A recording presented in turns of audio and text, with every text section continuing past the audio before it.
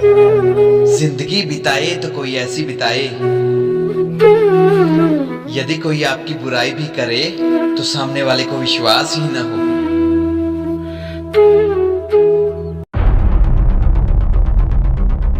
प्रणिपात हस्तिनापुर युवराज, द्वारिका की नारायणी सेना अब तो आपके अधीन है। अब तो आप अवश्य ही विजयी होंगे, है ना हस्तिनापुर युवराज? आप केवल पांडवों की प्रजा की चिंता कीजिए वासुदेव। चिंता तो मुझे उनकी है जो इस षड्यंत्र के कुचक्र में फंसकर महाविनाश का कारण बनेंगे। परंतु इस युद्ध में केवल पांडवों की ही पराजय होगी, क्योंकि इस युद्ध में मैं विजय अवश्य प्राप्त करूंगा। मैं दुर्योधन, हस्तिनापुर युवराज।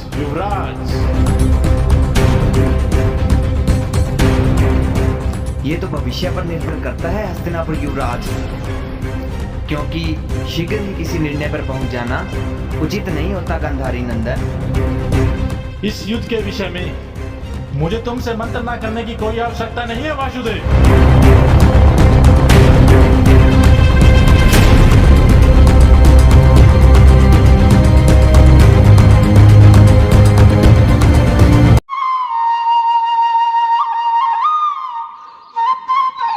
क्या सोच रहे हो अंगराज? प्रणिपात केशव, आपकी मुस्कान सदैव मन को शांति देती है केशव। क्या चल रहा है तुम्हारे मन में? अब कह भी दो मित्र। आप तो सभी का मन पढ़ लेते हैं ना केशव, तो मेरा मन भी पढ़ लीजिए।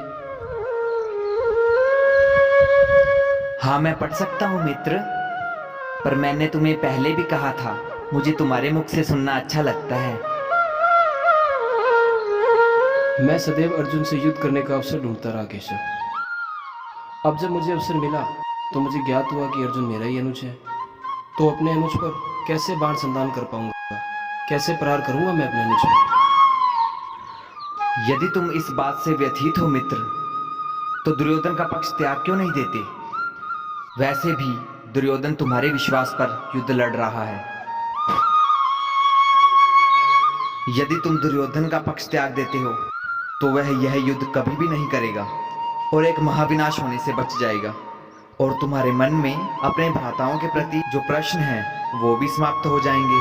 नहीं केशव, मैं अपने मित्र को दिए गए वचन को मिथ्या नहीं होने दे सकता। वो मेरे ही विश्वास पर ये युद्ध लड़ रहा है। अब दुर्योधन का पक्ष त्यागना मेरे लिए संभव नहीं है केशव। परंतु मित्र, यदि तुम बुआ कुंती के पास वापस जाते हो तो बुआ कुंती के साथ सभी पांडव तुम्हें पाकर बहुत प्रसन्न होंगे।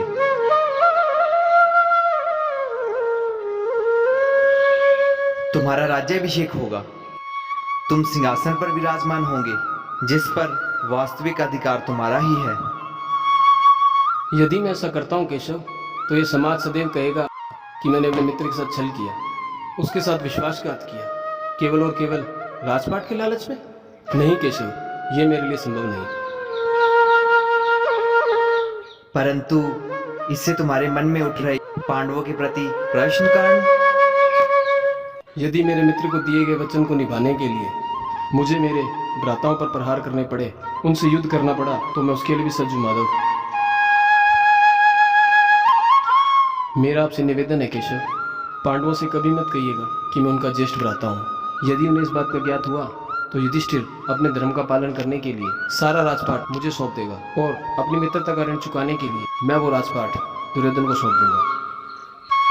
मैंने तुम्हें पाषाण खंड और मोरपंख में अंतर बताया था मित्र। मैं आज भी पाषाण खंडू केशव, और अर्जुन वही मोरपंख। अब आज्ञा दीजिए। प्रणिपात। यदि तुमने उचित चयन किया होता तो आज परिस्थिति कुछ और होती मित्र। जिस प्रकार मैंने मित्र के रूप में तुम्हारा चयन किया कर्ण, अद्भुत पुत्र कर्ण।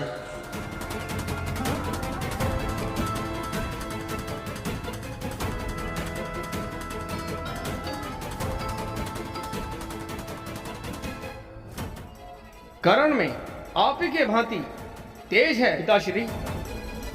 कर्ण तुम्हारा ही अनुज है पुत्र। परंतु पिताश्री, कर्ण के जीवन में इतना संघर्ष क्यों है? कर्ण का जन्म संघर्ष के लिए हुआ है पुत्र। परंतु पिताश्री, कर्ण को कब तक संघर्ष करना पड़ेगा? क्या इसी प्रकार उसके जीवन में कठिनाइयां और चुनौतियां रहेंगी? इसमें मेरे जैसा तेज और तुम्हारे जैसा साहस है, और ये हर चुनौती का सामना कर सकता है पुत्र। उत्तम अनुज, अति उत्तम।